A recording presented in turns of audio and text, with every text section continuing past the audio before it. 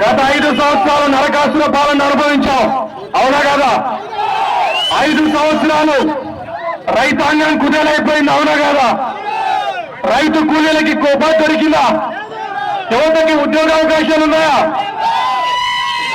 మన గ్రామాల్లో, పల్లెల్లో, గ్రామాల్లో ఎక్కడ కూడా ఉద్యోగ అవకాశాలకు యువకులందరూ కూడా గ్రామాలకే పరిమితమైపోయిన మాట వాస్తవా కదా?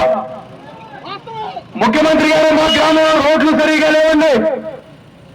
రోడ్లు ఏంటంటే పవన్ కళ్యాణ్ గారు 4 పెళ్లి చేసుకుంటే రోడ్లు బాగుంటాయంటారు ఈ పెద్ద మనిషి. కాబట్టి రోడ్లు బాగలేకపోవడానికి పవన్ కళ్యాణ్ గారి వ్యక్తిగత జీవితానికి సంబంధం ఉందా? ఏమంటే యువకులకి ఉద్యోగాలు లేవు. పత్రిక మీడియా ముఖంగా మీ అధికారులు, మీ లీడర్లు, మీ మంత్రులు జనవరి 1వ తేదీన జాబ్ క్యాలెండర్ ఇస్తామని చెప్పి వాగ్దానం చేశారు కదా. వాగ్దానం గురించి మాట్లాడమంటే పవన్ కళ్యాణ్ గారు 4 పెళ్లిళ్ళు చేసుకోలేదా? 4వ పెళ్ళాన్ని ఎక్కడ తీసుకొచ్చారో మరి ఆయన అడిగారు.